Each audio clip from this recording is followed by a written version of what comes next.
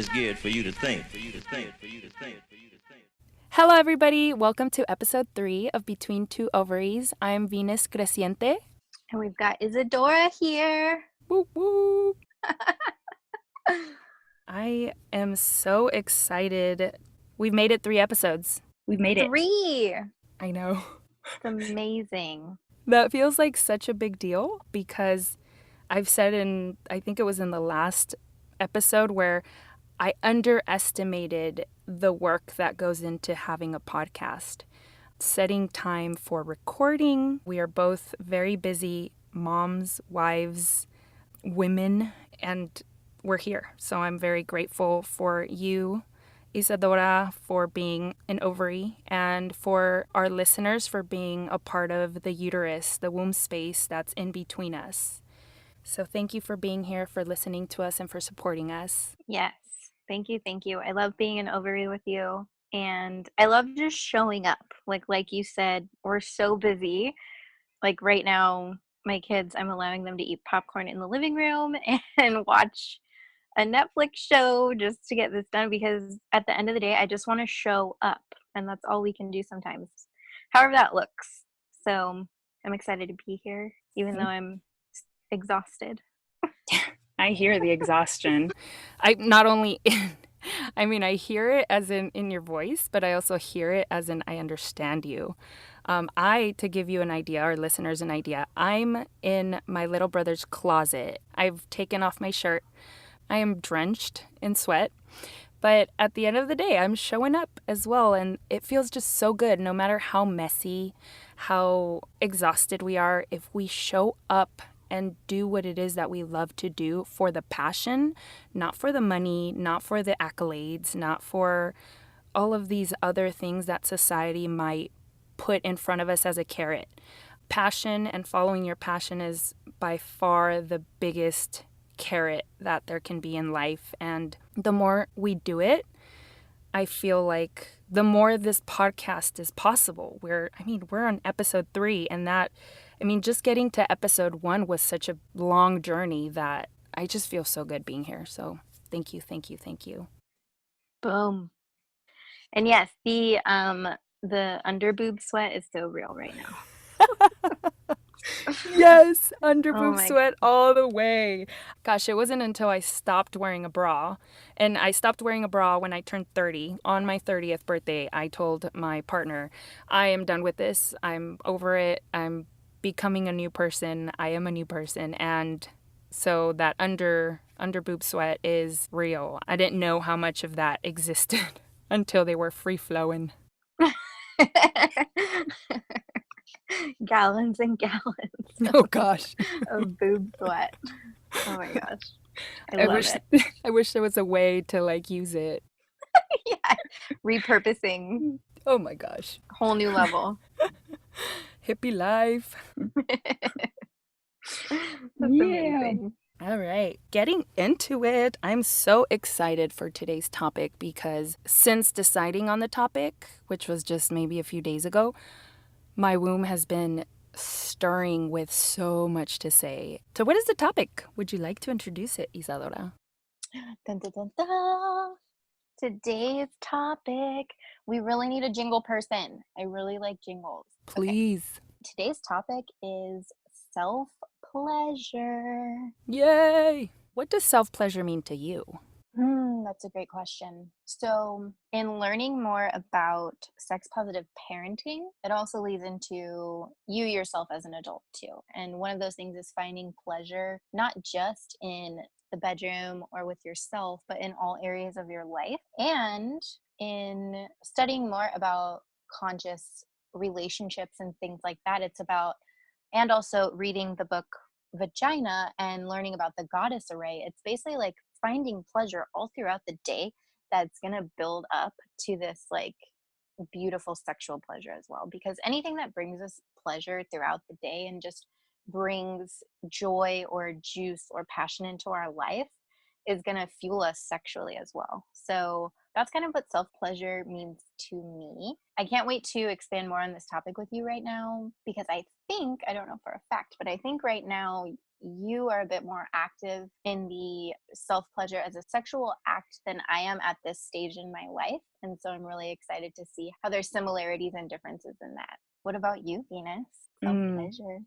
Yes. So I think with you saying that I'm a little more active in the sexual act of self pleasure, because pleasure can mean so many different things, I'd probably say yes. And it was Vagina by Naomi Wolf was womb opening. It cracked my cunt open in a positive way, and it filled me with so much knowledge, necessary knowledge that we should be receiving as adolescent women, even adolescent boys, and everything in between. Again, just knowledge that should be our birthright because this is how our bodies function.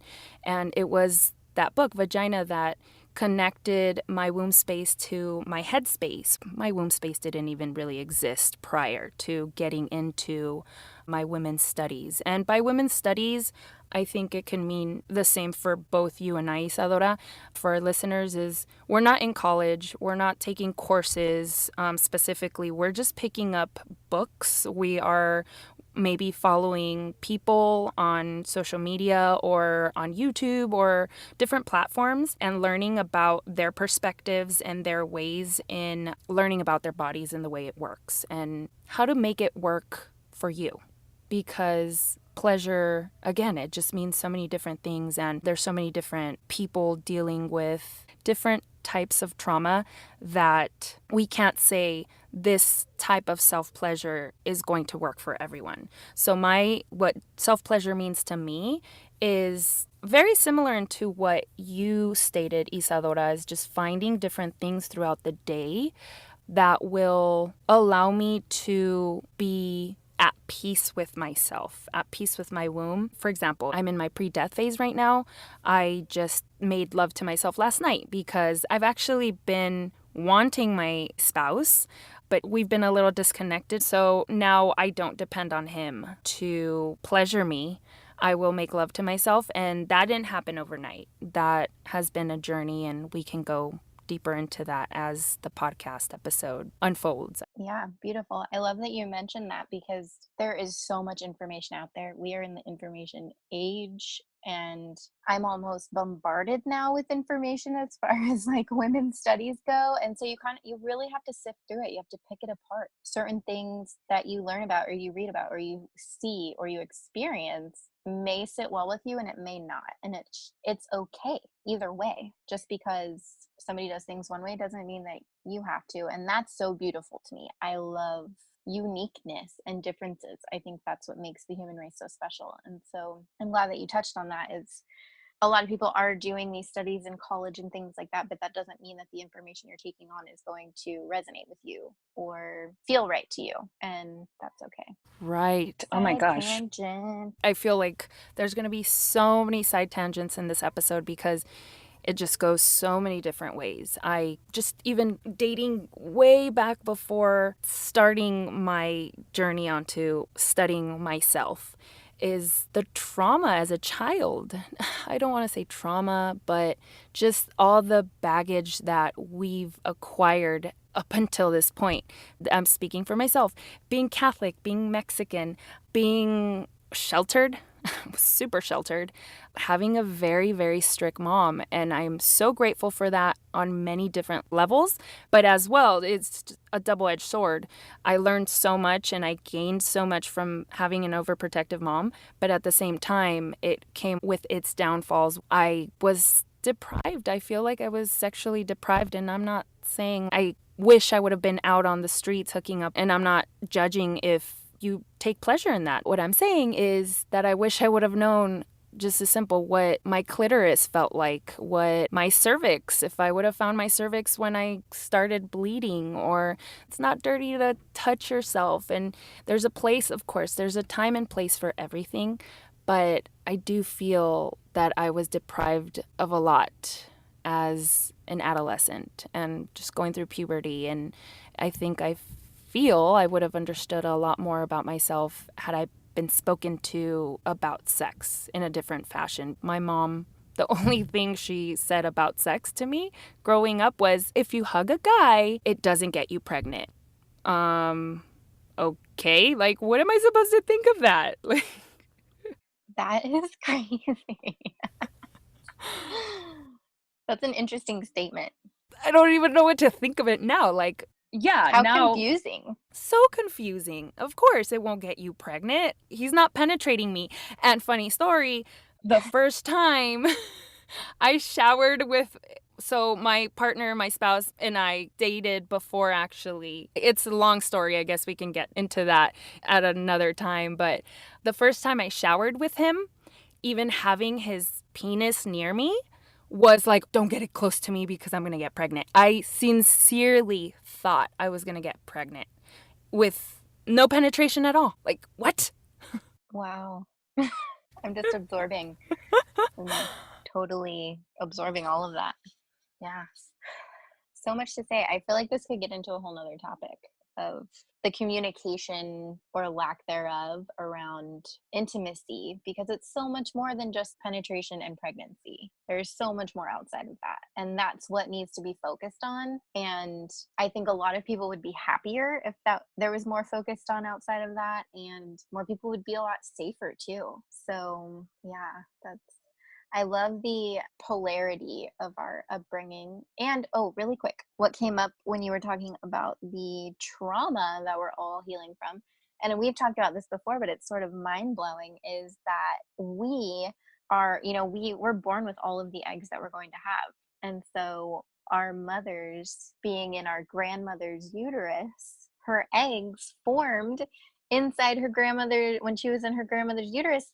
So we essentially, if you follow or believe in, energetic things, like energetically, we're taking on a lot of what our grandmothers experienced and then a lot of what our mothers experienced. And so if you think about that generational trauma that could occur as well, there's a lot floating around inside of us. And that always just like blows my mind wide open. And it almost makes you feel better, because it's like, okay, I've got this stuff and it's not necessarily mine and I'm carrying it with me, but I don't have to allow it to affect me so much because it's not actually mine. But that's getting into a whole nother thing. We have so much to talk about. I feel like this could be just an introductory episode into all these different avenues. Let's get juicy. Yeah. Let's get juicy. Okay. Yeah. Let's get juicy. Let's get juicy. We're both in pre-death.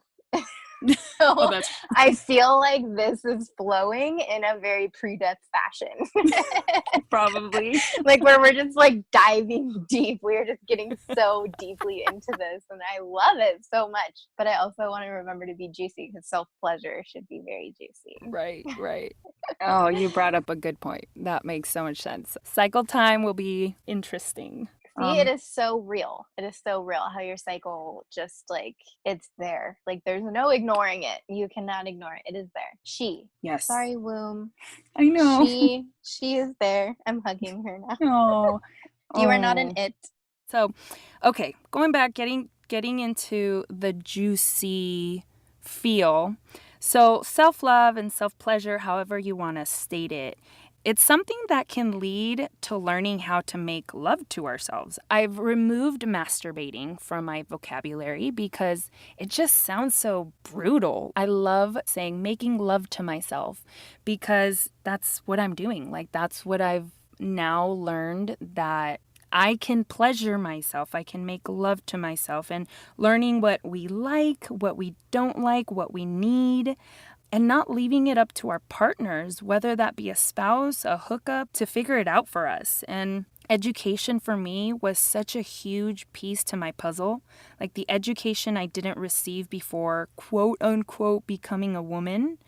And I put that in quotes because I still feel like I'm in that process of becoming a woman. And I began attracting that education with the help of you, of our friend Faralina, our collective, books, events that I'd attend. And it's so true that you are who you hang out with. And if you surround yourself with the energy you want to be or to feel, the possibility of you getting what you desire out of life is just much more probable. I saw you muted. So I took that as my cue. That's a good cue. I'm going to keep that in mind. And I don't even know what to say. It's okay. It's okay. That's so funny. Mm. I grew up self-pleasuring. I don't know how old I was, but I was a young child. But it was always very secretive. I didn't want anybody to know, and I didn't know what I was doing, obviously. I just knew, like, if I touched this area of my body, it felt really cool. So I would do it. And then as I got older, I started being sexually active fairly young. I was 15. So at that point, it sort of toned down, and I relied on other people to give me that pleasure. And then I would say, like, right when I got out of high school, I started exploring myself again. And then a guy that I dated actually bought me some toys. He lived kind of far away. We lived about an hour away from each other, which isn't that far, but because of like work and things like that, we couldn't see each other that often. So he was kind enough to buy me some toys. That way, when we weren't together, I could pleasure myself. And now that I think about it, it's like, wow, that's amazing. So yeah, I was always just exploring in one way or another. And at this point in time, I am making a conscious effort to get back to that space because I have become a little bit more reliant on my partner, and real life sneaking in, like, it's just kind of difficult. I don't have a lot of areas where I can be by myself and create that beautiful space that I want if I'm going to self pleasure. And everybody has excuses. There's excuses for everything. So right now, I think I'm letting my excuses kind of lead me, but that's okay. That's the season.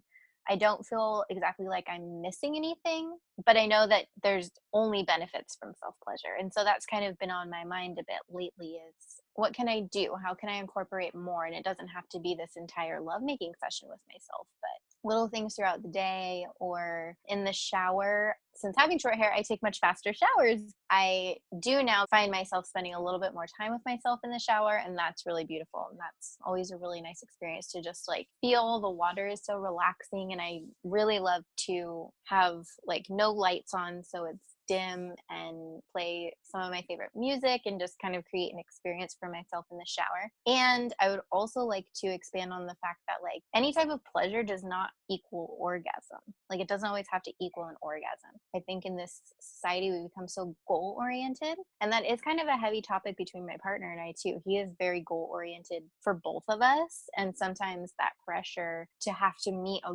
goal can be a turnoff where I just want to experience the energy. I just want to experience the experience. I just want to experience the pleasure and the feelings that come up in my body versus, I mean, don't get me wrong. I love orgasms. I'm kind of an orgasm queen. I could have like, I don't know. I think my max is like 4 in one session. And so I'm not anti at all, but I love the idea of just flowing with the moment instead of being very focused on the goal. So, yeah. I love that you brought up space. Space was a so to give you, our listeners, an idea of my living space, it's a 1-bedroom apartment. It's about 600 plus square feet with 4 people and a dog. And so we have 1 bedroom that has a little walk-in closet, and then we have our vanity area with our little bathroom, our little kitchen, and our living room. So finding space to make love to myself was definitely a challenge because I didn't want the kids to hear me. I didn't want my partner to find me pleasuring myself. So I think I might have started in the bathroom on the floor. I locked the door, turned off the lights, and made sure everybody was asleep and creeped into the bathroom, got myself ready, had a little towel to sit on. It was just ridiculous now that I look back on it. But I mean, it led me to where I am now. Now I really don't care if my partner finds me pleasuring myself. He actually knows. At first I was really embarrassed. I don't want my kids finding me pleasuring myself, but as far as my husband, like I said, I actually tell him now, and it's part of when we're having sex. It's something that really creates very juicy vibes if I tell him like, oh, guess what? Like I I pleasured myself thinking of you, and it's brought up other conversations, positive conversations between us of like sometimes I do desire him, and he's asleep and I don't want to go wake him up. And he's like, well, you should wake me up. And, it's just conversations that are good to have between couples. Like last night under the partial moon, I had a good session and I was on my bed, which my bed is in the same room as my son's bed and my daughter's bed, but they were passed out. And I was like, let's go for it. And that's the space I have. And if I'm feeling it and the time is right, I go for it now. Before I used to see it as it's a chore. My hands are going to get dirty and all of these things that I had to work through to get to where I am now. And where I am now is like, I'm not dirty. These are my juices and I'm going to enjoy them and I'm going to flow with them. And if my partner's available, then hey, let's get down. If not, then I'm going to get down with myself. And I loved it.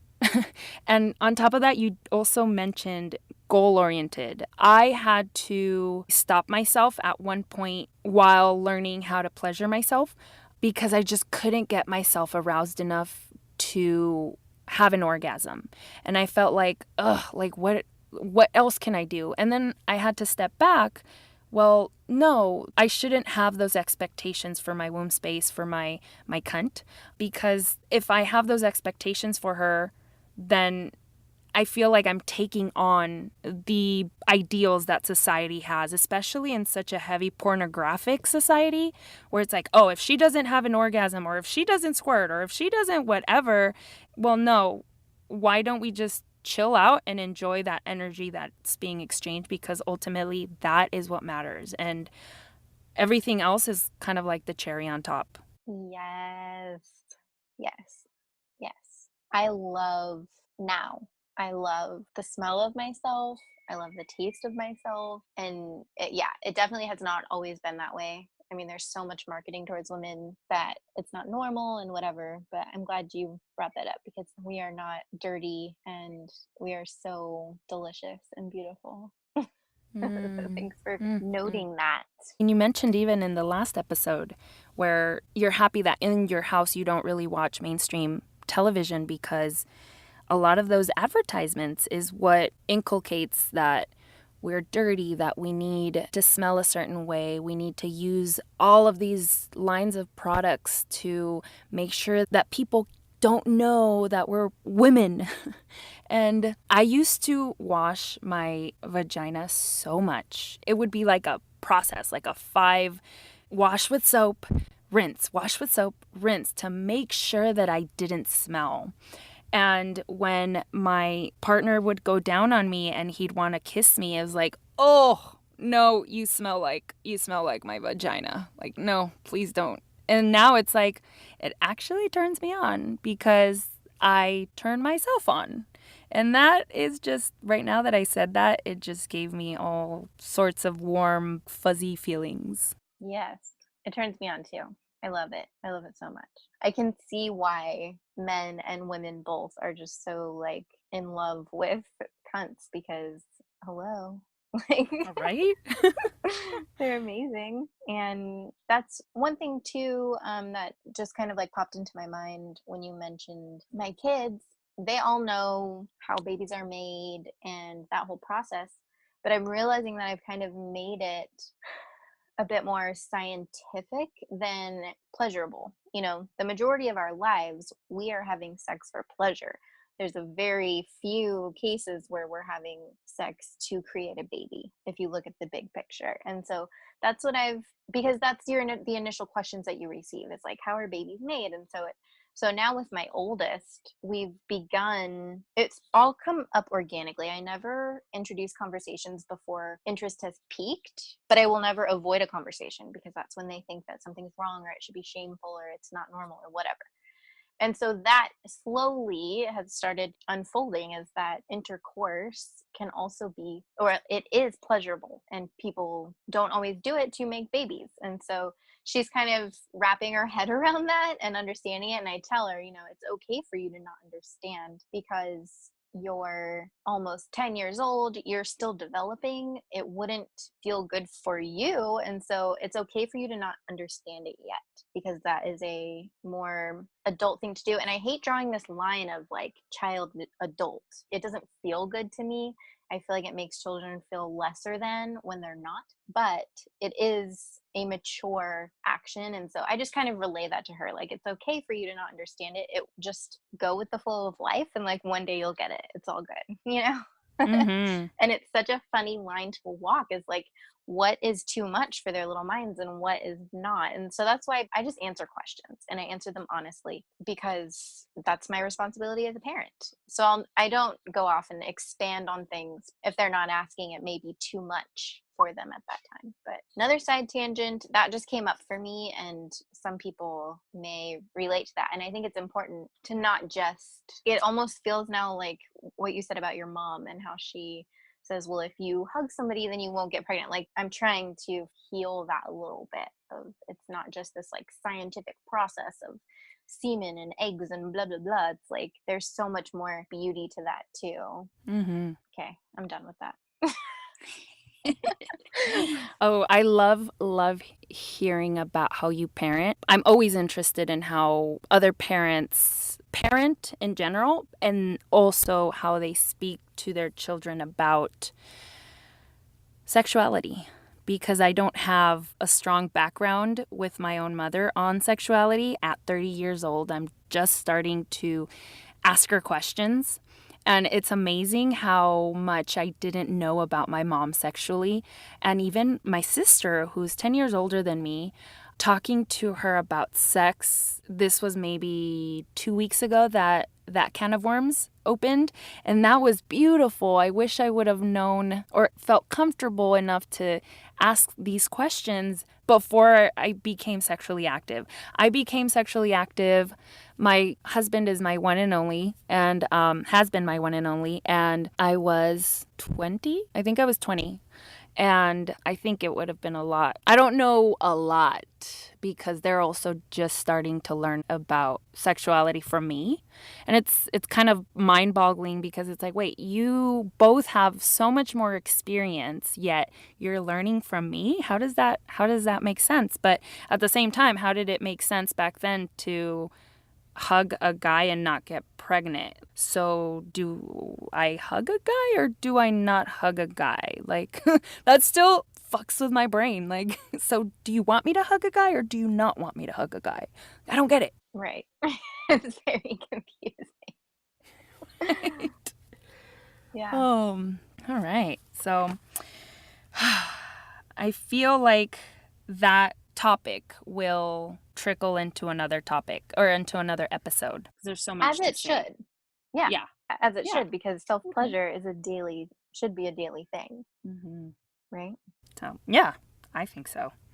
So cycle time. Let's get into cycle time. I like talking about our cycles. I'm happy that we have cycle time, because it's a reason for us to keep our cycles at the forefront, the way our womb space works in connection with the rest of our body. I'm excited too, especially because right now, the last couple weeks, my cycle's been a little rogue and she's kind of spicy. And I don't know what's behind that just yet. I'm sure it'll come to me when I bleed this weekend. But I was talking to my partner about it, and I'm just like, oh, I just need my soul sister to listen to me. He's just like, like, so I'm just going to jump into it. And I am on day 23. I only realized a few days ago that I started on the first day of the month. And so my cycle day matches up with the day of the month. And I feel like maybe I knew that before. I don't know. But it was a surprise to me just a few days ago, randomly. So day 23. Day 22 is about my transition day to my pre-bleed, pre-death stage. And I am feeling it. I've noticed also that more and more as my cycles are going by recently, it's like pregnancy nesting for me this time. I'm doing all the cleaning, I'm doing all the cooking, I'm organizing. So it's interesting. It wasn't always like that. For a long time, I just was feeling bitchy and like rageful. And so now the last few cycles have been kind of beautiful. Last week, so like in my ovulation season, my breasts and my nipples in particular were like extremely sensitive. My right one was like almost painful to touch. So it's really, really interesting. And I still have to do some research on that. I'm basically going to research like more about hormones and things of that nature, because that's super unusual. That is a common symptom of, I don't even like the word symptom. That's like a common thing to happen to me during my pre-death. So right now it kind of subsided for a few days, and like now it's back. Now they're kind of uncomfortable to touch again, which is normal for me, but I thought that was interesting last week that occurred. So I'm definitely going to look into that more. And then on Saturday, so my bleed is supposed to start on the 28th. So this past Saturday, which was what, like the 19th or 20th, I started spotting. And normally I spot, a few months ago, I was spotting like 5 days prior to my bleed starting. And then that kind of subsided and I didn't spot for a few cycles. And now 7 days prior, I've started spotting. It's like medium spotting. It's not super light, but it's not real heavy, but it's extremely noticeable. So that's interesting that that's back end so soon. And yesterday, day 22, I was just feeling bloated and crampy. So it's almost like I'm on like the day before my bleed is going to start. So we'll see what happens. We'll see when she actually arrives. I know last cycle, I thought I had started and then she actually didn't completely start until 2 days later. So it's been interesting to track. It's almost kind of fun. Like it's sort of like this game that you're playing and something that you're like decoding. Like, what's going to happen next? I like the predictability of it, but at the same time, it's kind of fun that it's not always the same. So it's interesting observing my cycle right now. She's kind of wonky. So I'm just rolling with it and bleeding very soon. I'm interested how this bleed's going to go, because last bleed was just so like download powerhouse. And I'm going to be synced with the full moon this weekend. And so it should be pretty intense. And I've got some family stuff going on. I'm a little scared, to be honest, but I'm really being mindful of my plans, and I might cut a few things off if I'm not feeling up to it. So listen to her. Just listen to her, and she will tell you what you need to do. What day are you on, Venus? So good. I just absorbing everything you're saying. It's amazing. I'm on day 39, 16 days ahead of you, yet I'm in pre-death as well. And that's just how cool it is to track your cycle and be able to talk to other women about their cycles. You spot prior to your bleed, and I spot during ovulation. So I would have thought I'm abnormal. I'm 16 days longer than you, or out into my cycle than you, and I'm not spotting. Well, why is my cycle not looking like hers? In our last episode, I talked about how I felt abnormal. If you'd like more information on that, you can go and listen to episode 2 if you haven't listened to that. So yeah, I'm on day 39. I'm in my pre-death phase, and I will also be synced up, give or take maybe a couple days to the full moon, which is really exciting. When I first started tracking my cycle and learning about the different phases and being synced with the full moon or the new moon and what that can mean, I was super bummed out because I am in love with Mother Moon. I love everything about her and have always felt a connection to her. So not being synced up with either the new moon or the full moon really just broke my heart when I started learning about all of this. And then the more I read, the more I learned, the more I talked to other women, I have just learned that it's very unique to your cycle. And what is very unique, that just depends on what you want to dive into, what you want to learn, what energy you want to feel. My cycles are like 40 to 42 days long, so I should also be bleeding hopefully this weekend. And so I'm on day 39. It could come tomorrow or within the next few days. And what the pre-death looks like for me, the cycle is I just want to retreat. I want to be with myself. I want to be with my womb space. And this pre-death has been very special because it's been a long time, maybe 2 cycles, which is over 2 months, maybe like 3 months, that I've really connected with my womb, with like womb breaths and allowing her to provide me comfort and allow her to speak to me. And that's what I've really received in this pre-death phase. I've been going out every night and looking at the moon and talking to her. And I don't like force myself to talk to her. It just happens. I just look at her beauty. There's something about the waxing moon. It's breathtaking to be able to see the darkness and the light in the moon, because it reminds me that I don't have to be positive all the time, and that even through the negativity, there's stuff to learn, and I have to love myself. I have to have that unconditional love for myself so that I can learn how to do that for other people. And as far as downloads, you know me and reading from my journal, I'm just going to read it. I've written a lot in this pre-death phase, but I'm going to read this one. I am more than just a baby maker. Remove my reproductive system from the conversation, and I am a human just like you. I am an individual with a will and a purpose. I have desires, passions, needs that would benefit the world if I didn't have to worry about my safety. Before becoming aware, I didn't know that it is not fair for women to feel unsafe anywhere. I thought it was just normal. Now I know that there's more abnormalities in the way I am treated than in the way I live. I want control over my own body. If I want to let my body hair grow out and cut my head hair short, don't judge me. If I want to have an abortion to keep my sanity and make peace with the soul I have with me forever, don't judge me. I have feelings just like you.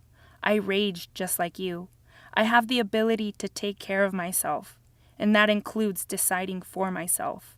I deserve to touch myself and love myself. I am more than just a baby maker. I make magic. And that's cycle time for me. Holy yoni. I love you. I'm going to have to really absorb that one. That was so amazing. That's how I felt with yours. Woo. I cannot wait for your future book to come out. I can't either. I love your words so much. Okay. Can we wind breath right now? Let's wind breath right now, please. It's like buzzing. Yeah, let's do that. Okay, deep breath in and send it all the way down into your womb.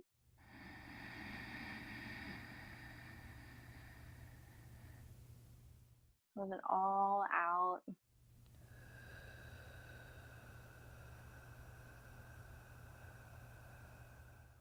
Cycle time is my favorite time. All right. Now, reflection read. If this happens to be your first episode, welcome. Reflection read is Isadora and I read what has called us, if we've chosen something, and share why we chose to share it and how it fits into our life. So go ahead, Isadora. I have the book Women Who Run with the Wolves by Clarissa Estés, and it's amazing. I highly recommend it. I have not read the whole thing. It's one of those reads that you pick up and you read a bit and you're just like, okay, that fed my soul, and then you put it down and then you come back to it. Okay, here goes. How does Wild Woman affect women? With her as ally, as leader, model, teacher, we see, not through two eyes, but through the eyes of intuition, which is many-eyed. When we assert intuition, we are therefore like the starry night. We gaze at the world through 1,000 eyes. The wild nature carries the bundles for healing. She carries everything a woman needs to be and know. She carries the medicine for all things. She carries stories and dreams and words and songs and signs and symbols. She is both vehicle and destination. To adjoin the instinctual nature does not mean to come undone, change everything from left to right, from black to white, to move the east to west, to act crazy or out of control. It does not mean to lose one's primary socializations or to become less human. It means quite the opposite. The wild nature has a vast integrity to it. It means to establish territory, to find one's pack, to be in one's body with certainty and pride, regardless of the body's gifts and limitations, to speak and act in one's behalf, to be aware, alert, to draw on the innate feminine powers of intuition and sensing, to come into one's cycles, to find what one belongs to rise with dignity, to retain as much consciousness as possible. Bam.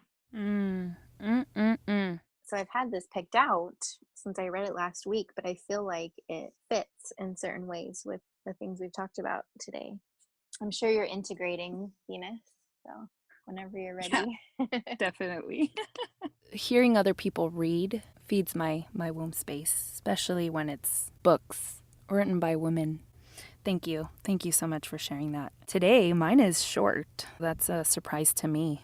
Um, I found it today on Instagram. I found it on the account Goddess Gloop, and it's by L.E. Bowman, Lauren Bowman. She's a writer and a poet. I hold my body with higher esteem than your opinion. It has done far more for me than you have. It was like, boom. Yep. Damn. Right? Right? Yes. I just dropped an egg right there. Oof. Yes. It's so true though. When you love yourself, there's no saying how much love you can put out into the world. I stand firmer than ever that loving myself is the best thing that I have ever decided to do. 1,111%. Absolutely. Do you like all my ones? It's All so right. true though. Like, since fully embracing myself and who I am, what I look like, how my body functions, what my cycle is like, what my thoughts are, what my views and opinions are, like just embracing me as like a full being, my outlook is so much better. My relationships are so much better. My communication is so much better. Like, nothing but amazingness has come from it. And yes, oh my gosh, can you send that to me? So I can like post that everywhere. Totally. So that concludes our episode. Now, announcements, if you'd like to hang in there and hear about a few things we got to share with you. Don't forget to check out the show notes located in the episode's description. Support the beautiful humans shared about in this episode. They'll be linked in the show notes. Remember, there is enough love to go around, so please spread the love. And of course, don't forget to support us. Leave us feedback or a review on platforms where you can do so. For example, give us a thumbs up on YouTube, an applause on Anchor, or a follow on Spotify. And please share our podcast if you've resonated with it and you know that there's other women out there that could use our support. We'd love for them to join us as a listener. And these are all ways you can support us. Our message and our passion of being supportive and creating a safe space for humans, beginning with women. And we are serious about that cycle time jingle. So maybe someone out there can contact us. Maybe we can make up a contest or something. That would be fun. And so we mentioned before in our collective, so what our collective is, I don't know how far deep we've gone into this, but just really, really quick, we just believe in the power of women and celebrating each other and living up to all of our strengths and supporting each other however we can. So if you have a project idea, like we've had many, and the women in our collective just picking it apart and seeing who can do what, how can we help each other? Because things flow so much better and easier and more smoothly and become so much more epic when there's a group of people who are passionately and lovingly working on it than just doing it by yourself and feeling overwhelmed or feeling like you're not good enough and this and that. So that's basically like the heart of our collective. So we've created an entire planner, and part of that has the cycle tracker in it, and we are looking for some people to send one to and have you use it for a little bit and then give us some feedback before we launch it out into the big wonderful world. So contact us. Yes. If you want to get in on that, that would be amazing. For sure. That, and with the cycle time, just if you're interested in contributing to the collective by bringing a cycle time jingle idea or by being a part of the, I wish I on the spot come up with an amazing word instead of guinea pig, to just contact us. Please bring your ideas to the Yoni altar. Please reach out to us. Send us your magic. You can reach us at c3.orgasm@gmail.com. Again, that is c3.orgasm@gmail.com, or on Instagram at c3.orgasm. So we are looking forward to receiving some Yoni magic from out in the interwebs. Yay! Yes. I just love it all. I really do. Love, Me love, love. too. All of it. And I love you, just in I love case you you. didn't know that. Yeah. Okay. Oh, thank you everyone for joining us. See you next Tuesday. Whoop whoop. Over out. But